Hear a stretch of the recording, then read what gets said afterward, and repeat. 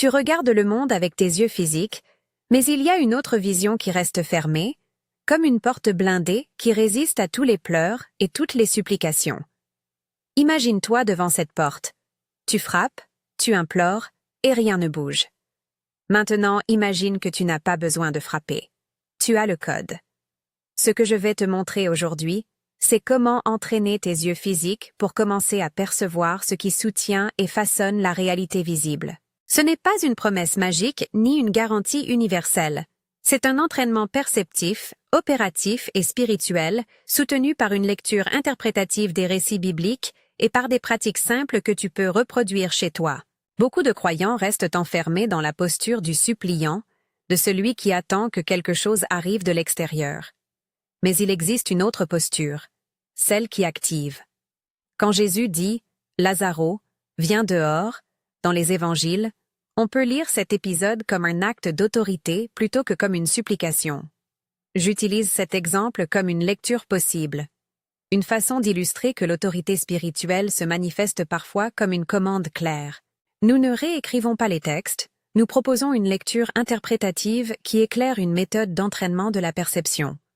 Avant d'aller plus loin, si cette proposition te parle, écris dans les commentaires « J'active ma vision ». C'est une petite promesse d'engagement. Commence à t'entraîner en conscience. Pour situer rapidement le cadre théorique, sans te perdre dans des termes techniques, voici 2 idées à connaître en une phrase chacune. La monade est le nom que je donnerai à la source première, à ce noyau de conscience originel d'où émane la vie. Prends ce terme comme une manière de désigner la source. Le démiurge et les archontes sont des images pour parler des structures ou forces qui limitent ou façonnent l'expérience humaine. Pense-les comme des couches du système qui maintiennent la réalité dans un certain verrou. Il y a aussi une distinction utile. Certains individus fonctionnent essentiellement à partir d'une sensibilité plus pneumatique, une ouverture vers le souffle et la présence, tandis que d'autres sont plus iliques, ancrés dans la matière sans accès naturel aux dimensions subtiles. Ce n'est pas une étiquette de valeur. C'est un repère pour comprendre pourquoi certaines personnes voient plus aisément ce qui reste invisible pour d'autres. L'entraînement que je propose repose sur 3 fréquences, 3 clés, que tu vas apprendre à faire dialoguer avec tes yeux physiques. Chaque clé a une fonction précise et se traduit par un exercice concret pour ton regard. La première clé est la reconnaissance. C'est l'éveil intérieur, la capacité à reconnaître la source en toi et autour de toi. Pour les yeux, reconnaissance signifie élargir le champ visuel sans chercher d'objet précis. Exercice. Assieds-toi, relâche la mâchoire, ouvre légèrement les lèvres comme si tu allais murmurer, et adosse-toi à une respiration lente et profonde. Oriente ton regard sans fixer. Laisse la vision accueillir plutôt que scruter. L'idée est d'activer une attention diffuse, comme si la chambre entière pouvait te parler. Tu sentiras une détente dans les paupières, une réduction de l'effort focal. C'est la posture de la présence qui reconnaît plutôt que de la volonté qui réclame. La deuxième clé est l'autorité. Reconnaître sans assumer une posture souveraine ne suffit pas. L'autorité réoriente le champ. Pour le corps et les yeux, autorité veut dire alignement. Exercice. Trouve ta posture d'ancrage. Pieds bien posés, colonne droite mais relâchée, sternum légèrement ouvert. Place la conscience au centre du thorax. Ressens une densité calme dans la poitrine. Laisse le regard s'aligner avec ce centre. L'autorité n'est pas agressivité. Elle est centrage. Quand tes yeux se maintiennent avec la stabilité du cœur, ils commencent à repérer des motifs qui échappent au regard agité. C'est la différence entre regarder depuis la peur et regarder depuis la dignité. La troisième clé est la commande. Après avoir reconnu et pris position, tu émets une intention claire. Pour la perception visuelle, la commande s'exprime par une émission sonore courte ou par une phrase opérative, prononcée en ressentant la vibration dans le corps. Exercice. Choisis une phrase simple, affirmative et personnelle. Par exemple, « Que la vision s'aligne » ou « Je permets la clarté ». Adapte-la à tes mots.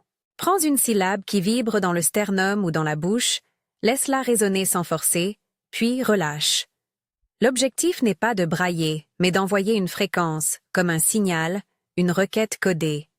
Tu peux aussi utiliser un prolongé qui se ressent davantage que se dit. L'efficacité n'est pas dans le volume, mais dans la résonance. Maintenant, traduisons ces clés en un protocole complet, étape par étape, conçu précisément pour entraîner tes yeux physiques à percevoir le monde spirituel. Je vais te conduire par sensation. Pas de minuteur, pas d'obligation, juste des repères corporels. D'abord, déconnecter. Trouve un endroit sûr et calme. Ferme les yeux quelques instants et identifie les sons, textures et tensions qui occupent ton attention. Prends 3 respirations profondes, comme si tu laissais descendre le bruit mental.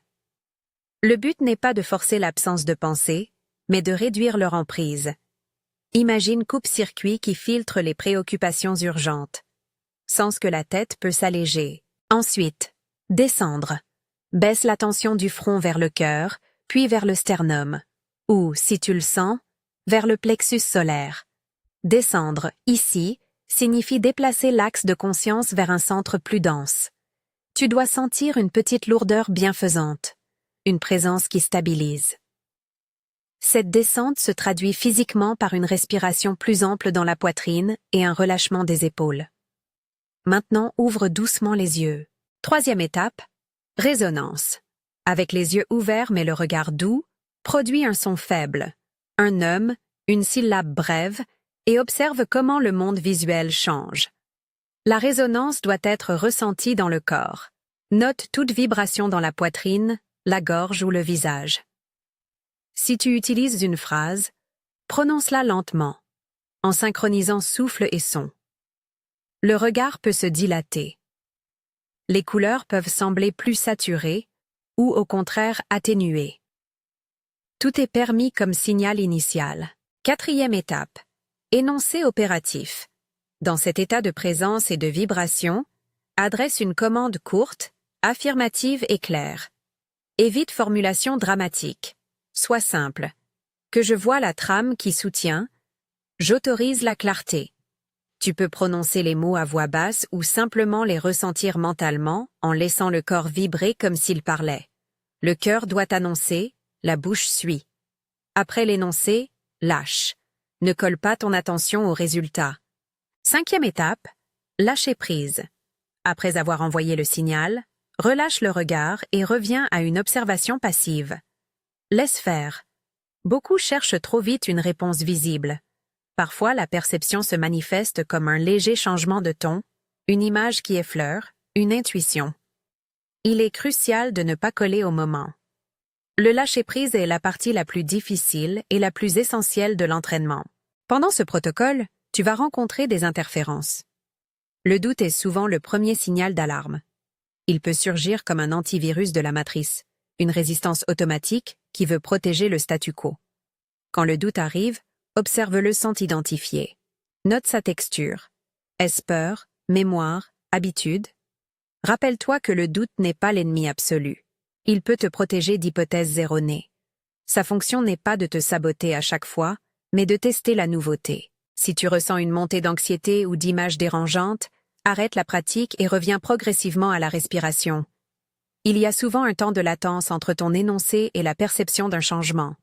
Ne confonds pas absence d'effet instantané avec absence d'effet tout court. Les systèmes auxquels tu t'adresses ont des couches. Certains codes demandent un recalibrage. Reste patient. Certaines personnes rapportent des indicateurs immédiats. D'autres sentent des modulations subtiles qui prennent des jours. L'action est opérative, mais le calendrier peut être variable. Quoi observer comme signe que quelque chose a été activé? Il y en a 3 principaux, non exclusifs. Le premier signe est l'effondrement d'un schéma. Une structure intérieure qui tenait ta perception se relâche, parfois très légèrement, parfois de façon plus marquée. Concrètement, cela peut se traduire par une ancienne croyance qui se dissout, un automatisme qui ne répond plus, ou un sentiment de « plus de poids » qui tombe de toi. Ce n'est pas toujours spectaculaire. Souvent, c'est une liberté nouvelle dans la façon de regarder. Le deuxième signe est l'écho ou la synchronicité. Après l'énoncé, tu remarques des répétitions de motifs visuels, des coïncidences numériques ou des rencontres qui résonnent avec ta demande. Ces échos ne sont pas des preuves incontestables, Mais ils sont des repères. Observe-les sans exiger qu'ils se manifestent comme des miracles. Le troisième signe est la neutralité intérieure. Un état où le besoin obsessif de changer quelque chose s'adoucit. La paix n'est pas la passivité, c'est une stabilité qui te permet de percevoir plus finement. Si, après la pratique, tu ressentirais une tranquillité qui n'est ni démission ni triomphe, cela peut être une trace d'alignement. Je veux maintenant te guider à travers une courte pratique que tu peux répéter chaque semaine pour entraîner tes yeux. C'est simple et accessible. Pratique dans un lieu sûr et calme, assis ou debout, sans conduire ni manipuler d'objets dangereux après l'exercice. Positionne-toi. Respire. Ferme les yeux et décompresse le mental par 3 respirations longues. Descends dans le thorax. Ouvre légèrement les yeux. Permets au regard de devenir large, presque périphérique. Émets un court. Ressens la vibration. Prononce mentalement ta phrase opérative en alignement avec le cœur. Observe, puis lâche. Reviens à ta respiration et note ce que tu vois, ressens ou entends. Si tu ressens une montée d'émotion, laisse-la circuler. Si elle est trop intense, pose la main sur le sternum et respire doucement jusqu'à ce que la sensation s'apaise. Je veux aussi t'offrir une prière courte, conçue pour être une reconnaissance et une activation, pas une supplication. Adresse-la à la source, à la monade, comme à un cœur originel en choisissant les mots qui résonnent le mieux pour toi. Dis, à voix basse ou mentalement, « Monade, source vivante, je reconnais ta présence en mon centre. J'affirme ma dignité et demande d'ouvrir la perception juste pour voir et servir. Que ma vision soit claire et mon cœur stable. » Ressens la phrase davantage qu'elle ne doit être correcte. Laisse-la vibrer dans la poitrine, puis relâche. Ce moment est une instance d'alignement. Reconnaissance, autorité et commande se tiennent ensemble. Il est crucial de rappeler quelques garde-fous. Cette méthode n'est pas un substitut aux soins médicaux, à un accompagnement psychologique ou à des décisions de vie réfléchies. Si la pratique déclenche des états dissociatifs, des visions persistantes ou une détresse psychique, stoppe immédiatement et cherche l'aide d'un professionnel qualifié. Ne transforme pas une activation spirituelle en isolement personnel dangereux. Avance avec prudence et discernement. La pratique, répétée avec patience, transforme l'œil. En traçant ces répétitions, tu affermis les circuits d'attention qui rendent possible la vision élargie. Pour rendre l'entraînement pragmatique, propose-toi un rituel hebdomadaire. 3 répétitions du protocole. Reconnaissance, autorité, commande. À un rythme qui te convient. Observe un carnet. Note les changements visuels, les synchronicités, l'état intérieur. Les pratiques collectives renforcent aussi la confiance. Mais commence seul, pour calibrer ta sensibilité et ta sécurité. Je veux anticiper une objection. N'est-ce pas prétentieux de vouloir voir une réalité spirituelle? Non. Il s'agit plutôt de retrouver une capacité humaine oubliée ou sous-utilisée, la capacité d'ouvrir la perception en accord avec le cœur. La démarche n'est pas une élévation de statut, mais une remise en contact. L'humilité et l'éthique doivent conduire l'exploration. Ne cherche pas à épater, à manipuler les autres ou à imposer des interprétations. Respecte la liberté et la dignité de chacun. Tu peux aussi pratiquer de petits défis quotidiens, rapides, pour affiner le regard. Durant 60 secondes, élargis ton champ visuel sans bouger la tête. Un autre jour, regarde une surface neutre et note tout motif répétitif qui apparaît dans ton attention.